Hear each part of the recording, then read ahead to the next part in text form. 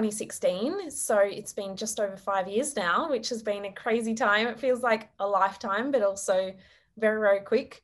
And within 1 week of launching, I was actually invited to New York Fashion Week. So that was pretty crazy. And I thought it was a scam at the start because who's going to invite this young 22-year-old who's literally just launched last week to New York Fashion Week in an Australian showcase? So it wasn't a scam. And 6 months later, I was in New York at the runway show. So it was a pretty crazy journey. We were pretty much flat out from day one, and I was able to scale and grow that globally now. And we have warehouses all over in the US and in Australia. So that's been awesome. But I found my real passion in business coaching and mentoring and helping other female entrepreneurs get out of their own way, because the biggest thing holding people back really is mindset.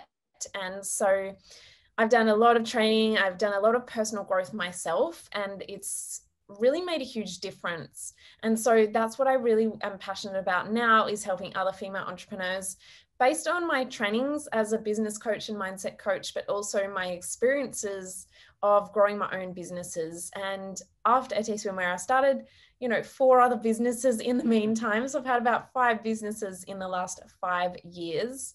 But yeah, my real passion now is in the business coaching. So yeah, tons of experience. And I hear from time and time again that you have to be patient to really start and scale a business to where you want it to be, right? Sometimes it can take you 6 months, a year, but in your case, for your first brand, it kind of popped off right away. So let me ask you this. Was it something that did you find a gap in the market for your swimwear brand, or was it something to scratch your own itch? And then for some reason, using advertising strategies, your brand really popped off? Yeah, so kind of a combination of both. So Okay. I noticed that most of the swimwear was, black, khaki, very just simple, triangles, and that was kind of the only options at the time. And my style is very like pinks, pastels, colorful. And so I wanted to design something for me. Luckily, other people loved it as well, and it just kind of took off from there. But I didn't necessarily say, here's a gap in the market. I guess it was more my longing for entrepreneurialism combined with my need for this kind of swimwear that I decided to sort of bridge that gap. And my background is actually digital marketing. So that was really helpful in growing my own business. I did everything myself for at least the first 2 to 3 years, including the website. And now I shoot all my own campaigns and just sort of gathered a lot of skills along the way. Now, did you have to bootstrap everything and actually create your own swimwear from scratch, or did you look for vendors and suppliers, and then you had to focus on the marketing aspect of it? Yeah, so I design everything from scratch. Wow. I'm not a big fan of drop shipping, just because what happened to me was that drop shipping is built off stealing other people's designs almost, unless you go through reputable suppliers. So my designs and my photos, which are copyrighted, were stolen, put all over these Chinese drop shipping websites. People plugged in their website to that, and my designs that I'd hand designed, plus my photos that I'd paid tons of money for, were all over the internet on all these drop shipping websites. So just a quick education for anyone looking to get into drop shipping, do it the right way and stock actual designers or actual brands.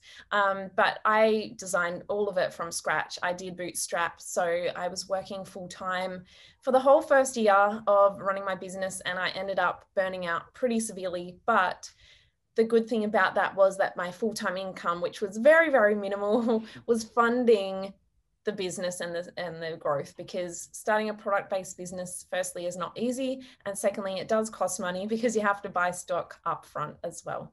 Yeah. Now, I feel that for any business, you kind of had to maybe validate the idea. So in your case, for your swimwear brand, did you have a limited supply to kind of test out in the market, not make 100 SKUs or whatever, and then try to sell them, but instead make a couple and then see if the Um, market is accepting it, and then you can make even more? yeah, a kind of two parts to that. So no, my biggest thing, like I've always had this mindset when I first started, I was like, I'm going to start this brand. It's going to be global. It's going to be huge.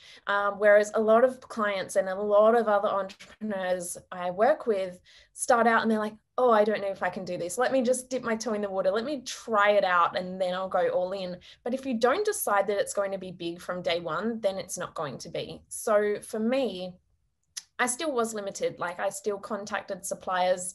I contacted over 100 different factories to find one that could do a lower quantity. So I started with 50 units per style, and I only started with 4 different bikini styles, which I think is a great strategy from an online product-based business anyway, because people want new stuff more often, and so you would do smaller drops.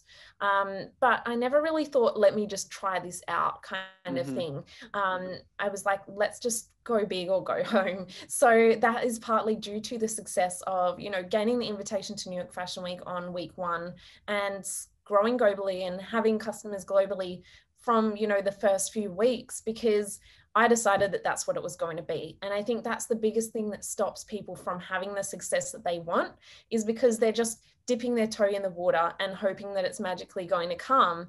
How can it magically come if you don't decide that that's the direction you're going in? So that's the biggest thing that I had, that I was just like, let me do this thing. What's next? Find a factory. What's next? Launch online. What's next? I didn't think, holy shit, can I do this? I'm definitely not qualified for this. I don't have a fashion degree. I don't have a business degree. I mean, I had a marketing degree, but that's really not that helpful in the real world. So yeah, it was really comes down to mindset. And a lot of people are like, no, just give me the digital marketing strategies and just give me this and that and tell me how to grow $1 million overnight. But if you don't believe you can earn $1 million, you're going to do everything in your power to prove to yourself that you're right. So it really does start with mindset.